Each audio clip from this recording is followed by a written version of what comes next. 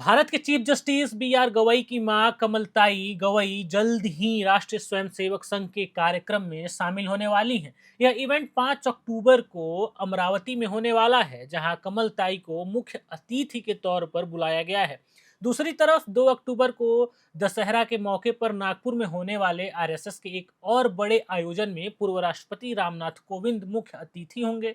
इस साल आरएसएस अपनी स्थापना के 100 साल पूरे कर रहा है और इस शताब्दी वर्ष को खास बनाने के लिए इस समारोह को ऐतिहासिक बनाया जा रहा है। आरएसएस का यह शताब्दी वर्ष इसलिए भी खास है क्योंकि संगठन की शुरुआत 1925 में विजयादशमी के दिन डॉक्टर बलराम कृष्ण हेडगेवार ने की थी।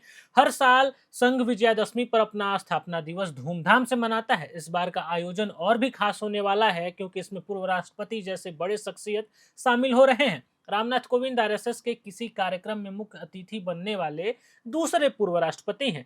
इससे पहले 2018 में पूर्व राष्ट्रपति प्रणब मुखर्जी ने भी संघ के एक ट्रेनिंग कैंप के समापन समारोह में मुख्य अतिथि के तौर पर हिस्सा लिया था। उस वक्त उनके इस कदम ने काफी चर्चा बटोरी थी। नागपुर में शनिवार की शाम को आरएसएस ने एक शानदार पथ संचालन निकाला, जिसमें संगठन के प्रमुख मोहन भागवत भी शामिल हुए। इस मौके पर उन्होंने रेशमी बाग में महर्षि व्यास ऑडिटोरियम में एक और खास कार्यक्रम में हिस्सा लिया, जहां उन्होंने मशहूर गायक शंकर महादेवन की आवाज में रिकॉर्ड की गई संघ की प्रार्थना का ऑडियो टेप लॉन्च किया। इस समारोह में कई जानी मानी हस्तियां मौजूद थीं, जिसमें अभिनेता सचिन खेड़कर, मशहूर प्रस्तुता हरीश भीमानी और संगीतकार राहुल रानाडे शामिल थे। यह आयोजन आरएसएस के लिए एक यादगार पल था क्योंकि इसने संगठन की सांस्कृतिक और वैचारिक विरासत को और मजबूत करने का काम किया।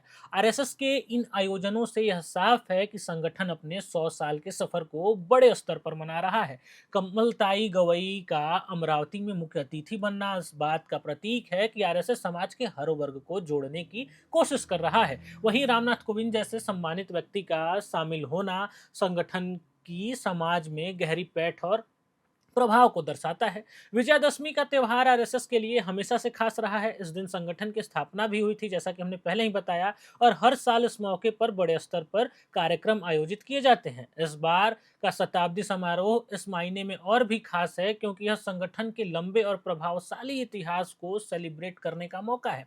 पंथ संचालन जैसे आयोजन आरएसएस की अनुशासित और संगठित कार्यशैली को दिखाते हैं, जो संगठन की पहचान का एक अहम हिस्सा है। मोहन भागवत का इस तरह के आयोजन में सक्रिय रहना और नए प्रोजेक्ट्स जैसे कि संघ प्रार्थना और ऑडियो टेप लॉन्च करना यह दर्शाता है कि आरएसएस न सिर्फ अपनी परंपराओं को बनाए रखा है, बल्कि आधुनिक तकनीक और कला के जरिए अपनी पहुंच को और बढ़ा रहा है। शंकर महादेवन जैसे मशहूर कलाकार इस प्रोजेक्ट से जुड़े हैं और आरएसएस के सांस्कृतिक प्रभाव को और मजबूत कर रहे हैं। कुल मिलाकर आरएसएस का यह शताब्दी वर्ष संगठन के लिए एक मील का पत्थर साबित हो रहा है। चाहे वह अमरावती में कमलताई गवई की मौजूदगी हो, नागपुर में रामनाथ कोविंद का मुख्य अतिथि बनना हो, या फिर मोहन भागवत की अगुवाई में पंथ संचालन और सांस्कृतिक कार्यक्रम हो, ये सभी आयोजन आरएसएस की समाज में गहरी जड़ों और सक्रिय भूमिका को दर्शाते हैं। संगठन न सिर्फ अपने स्वयंसेवकों को प्रेरित कर रहा है, बल्कि समाज के हर तबके को अपने साथ जोड़ने की दिशा में भी